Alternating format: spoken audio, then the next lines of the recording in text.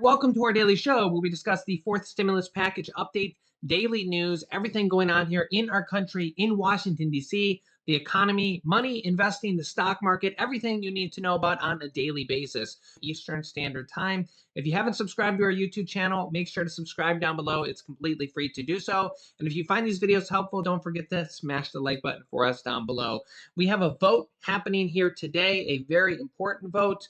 We have Senator Joe Manchin, an update on him with the stimulus package, as well as the child tax credits for 60 million people. Very important things coming out here. And the U.S. reaches an important milestone that is not very good at all. Also, I'm going to be giving away $2,000 here with our What's in the Box contest this week. You can see that box right there. I'm going to be starting that contest here this week. So don't miss any episodes this week because I'm going to be giving you clues to what's in that box right there, if you can see it there behind me. So you won't want to miss any episodes here at this point. New videos come out here on our channel every day at 10 a.m., 3 p.m., and 8 p.m. Eastern Standard Time. So don't miss any videos. We got a lot to cover here, so let's jump right in. Okay, first, as you can see here, the U.S. Senate is expected to vote today on the final vote to raise the debt limit or the debt ceiling.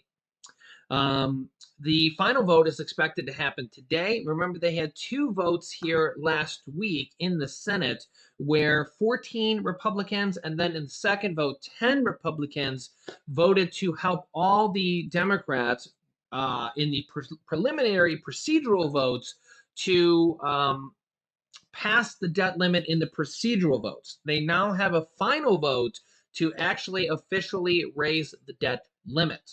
In this bill is also a preventing a Medicare cut, which actually helped shore up some Republican votes here. You can see here, it's an age-old Washington trick. Pair the thing that the minority hates, the Republicans, with something they support, preventing Medicare cuts, and hope they feel the good outweighs the bad. Republicans didn't want to raise the debt limit in this way, but they all know they kind of needed to do it anyways to prevent the government from defaulting, and adding the preventing the Medicare cuts in there kind of helped get the votes done as well. Republican Senator Joni Ernst from Iowa said, quote, "It's a bad position to be in. I don't like being put in this position, but you know, Medicare is important. So is not letting the country default." So that is expected to happen sometime today, which is good news because today is December 14th. And if you remember, the expected date for the first possible default was December 15th. Yeah, leave it up to Congress to literally wait until the last minute. That's what happened with the government shutdown as well. They passed it with less than 24 hours. You can't make this stuff up. So if they pass it here today, they'll pass this with less than 24 hours as well, preventing a first ever government default. Literally, the Treasury Department would have ran out of money and the government would have defaulted. So I'll let you know here if they vote, if it passes here. Our next two videos will be at 3 p.m. and 8 p.m. Eastern Standard Time. Fingers crossed that they actually get it done, right? Get it done in time.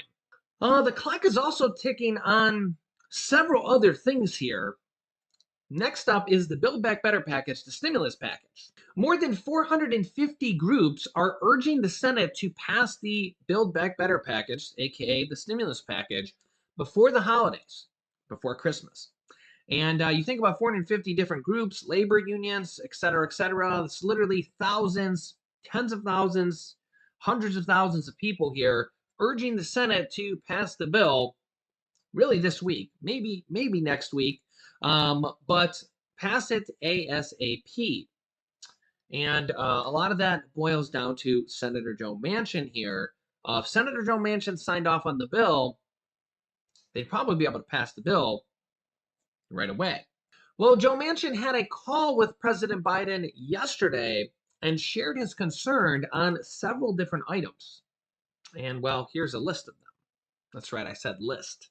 Number one is the child tax credits. He says that we're seeking a child tax credit that we quote, we can afford. Kind of interesting. Senator Joe Manchin is telling colleagues the expanded child tax credit is the most underpriced item and the biggest inflation driver. Figure that one out. I can't. In President Biden's $1.75 trillion Build Back Better plan, people familiar with the matter tell Axios. Yeah, this matters because the child tax credit could trigger elimination of the program, and Democrats believe it is crucial to address childhood poverty. It is also an indication he's engaged with the White House about how to reduce the plan's price tag to a level he can support. Biden has proposed spending some $185 billion on a one-year extension of the child tax credit, which provides families up to $3,600 per child for children under the age of 6, and for children ages 6 through 17, $3,000 per year. And as you can see here, the clock is ticking with 2 weeks left for Democrats to avoid a sudden end to the monthly checks for families, the child tax credits. There will not be a January 15th payment if they cannot pass this package by the end of this month in December. But Joe Manchin is still a wild card on the child tax credits. If they don't pass this next stimulus package, the Build Back Better package, within the next 2 weeks-ish, by the end of December, there will not be a January 15th payment going out to 60-some million children, which studies have shown 50% of that money on average goes to literally feeding the children.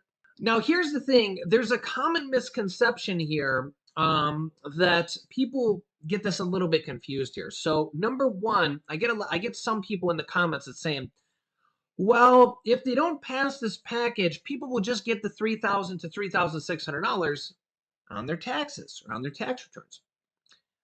That's not true. Okay, so number one, there's several things to consider here. First off, the big thing here is that before this stimulus package, the third stimulus package was passed, the child tax credits was only $2,000. Okay, not $3,000 for children above the age of 6 and $3,600 for children under the age of 6. Okay, so it increased it by $1,000 to $1,600. Okay, we don't even know, they haven't confirmed what will actually happen if they don't pass this bill, if it's going to go back to $2,000 or if it's going to go away completely. We don't know that because they haven't talked about if there's going to be funding for the bill to be at $2,000 or if it's going to go away completely. Nobody's confirmed that yet. Best case scenario is that it would go back to $2,000 a year, which actually cuts out millions of people because the criteria was different for the $2,000. Okay, you had there's all sorts of different criteria. Okay, the Democrats changed it in the third stimulus check package that made millions and millions of more people qualify for it.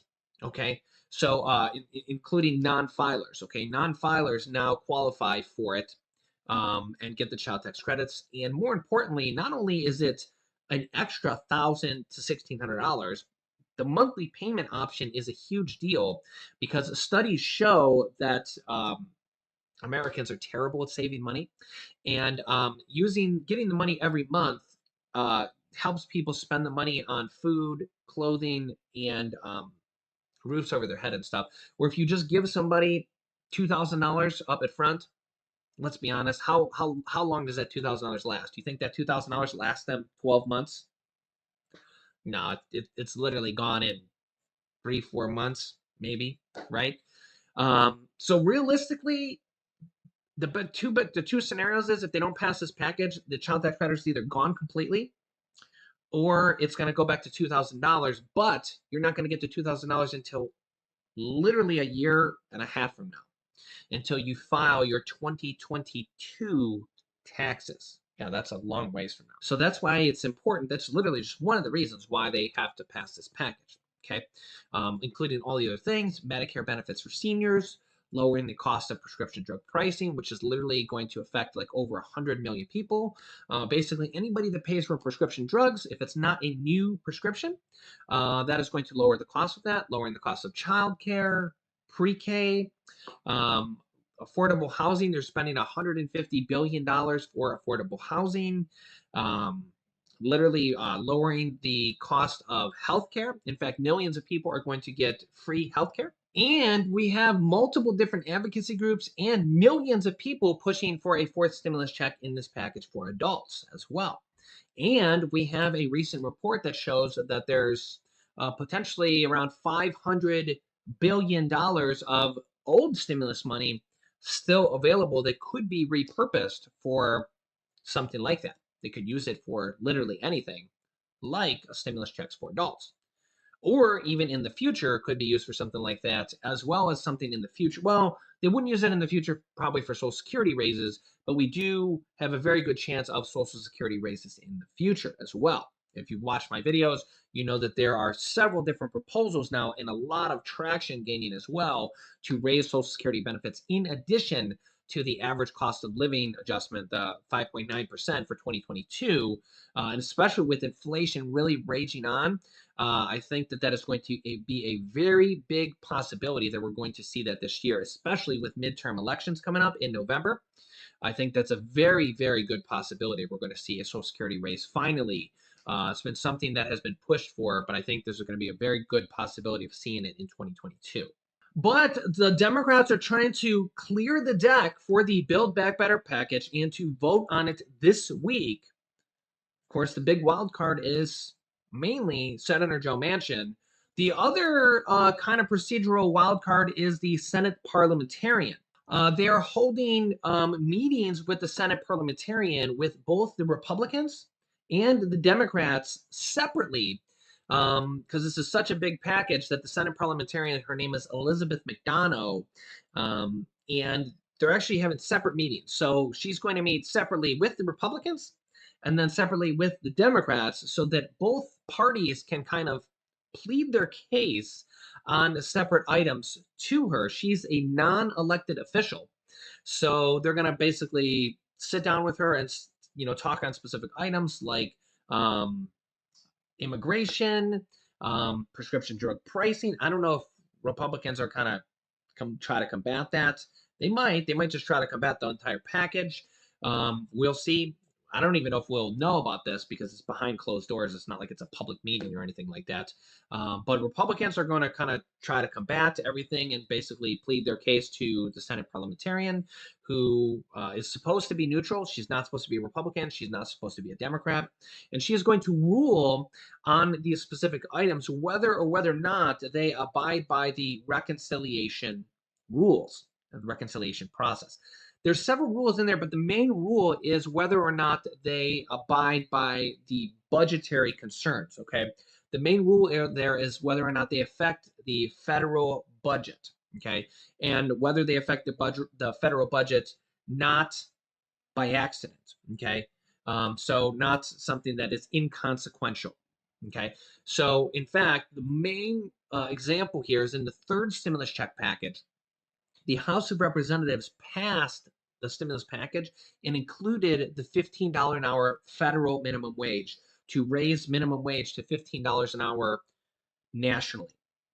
Because right now the federal minimum, the minimum wage, not just for federal contractors or anything, the minimum wage right now is $7.25. I think there's only 20 states that actually still have their minimum wage at that level. Even though the minimum wage is at that level, many states have raised their minimum wage a lot higher.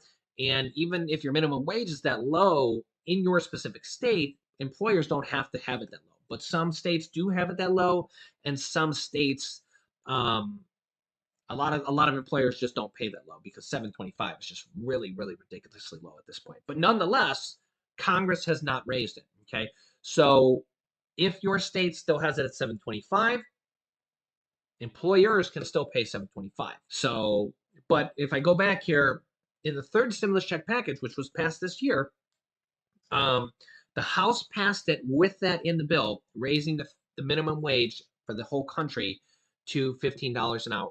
Okay. Then they sent it over to the Senate, and the parliamentarian said, nope, that does not affect the federal budget enough to abide by the reconciliation rules. It's called the Byrd Rules, B-Y-R-D, and that's named after a senator named last name Byrd, a previous senator. It's also called the Byrd Bath, B-Y-R-D, where they it's just kind of a slang Insane, right? So now they can overrule her. They can vote on it and say, no, we're gonna overrule you. It's actually kind of a recommendation that she has, so it's not necessarily hard and strict rules. And they voted on it to see if they would overrule her in that case, but they only had 42 senators vote for it. Now, if she would have voted, or if she would have said, yeah, it'll be in there, they probably would have had it in there. But generally, for the most part, they, whenever she says something shouldn't be included, generally there's not enough votes to overrule her. So just keep that in mind. It's been a long, long time since they overruled her. In fact, I want to show you this comment here from a few days ago from David Walton, who comments. Thank you, David, for this comment, actually. Very, very cool research you did here. David Walton says, Jimmy, the last time the parliamentarian was overruled was in 1975 by the VP Rockefeller, and it takes 60 votes to do it. So it can be done, but it is very rare. Wow. Thank you so much for your comment, David Walton. That is some very good research there. And I'm sure that took very, very awesome research there. Mighty, mighty fine research there.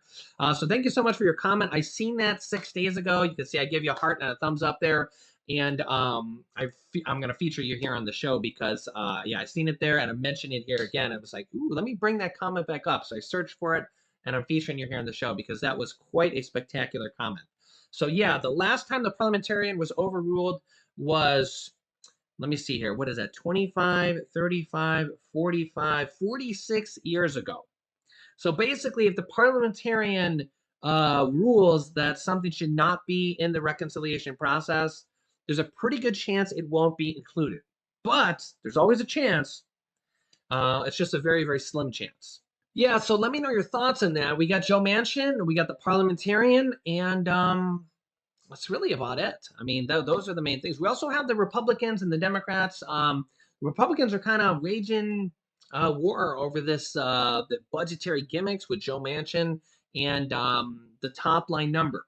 So that's kind of the new thing here that they're arguing about is how long these programs are going to last, the price tags of these programs, and really focusing on Joe Manchin, trying to get Joe Manchin to not vote on this package because really he's the key here.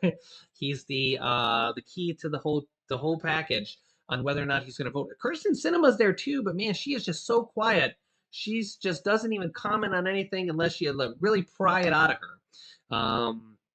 Who knows what she's going to do either? But she's there. Sometimes you hear from her, unless she's being protested or something like that. But I mean, you hear from her occasionally. But yeah, let me know your thoughts. I'll keep you up to date here on everything. Remember, the new videos come out here every day. We are going to start our What's in the Box contest this week, where I'm going to give away a total of $2,000 starting this week. So don't miss any videos at this point. Remember that new videos come out every day. So make sure to subscribe down below. If you haven't yet, it's completely free to do so. You can click here to watch my newest video next. You can click this top video on how to apply for rent assistance. You can get up to 12 months of your rent paid for, and it's available right now. And this bottom video is how to apply for utility assistance. You can get up to $1,500 of that. So click on one of those videos next. Thanks, guys, and I will see you in the next. And I will see you in the next. And I will see you.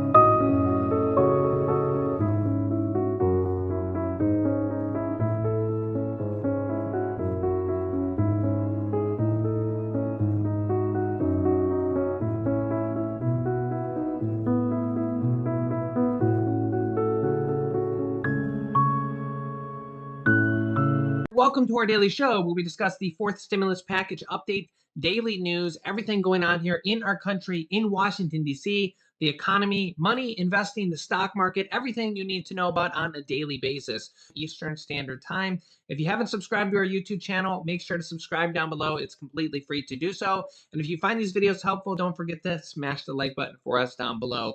We have a vote happening here today, a very important vote. We have Senator Joe Manchin, an update on him with the stimulus package, as well as the child tax credits for 60 million people. Very important things coming out here.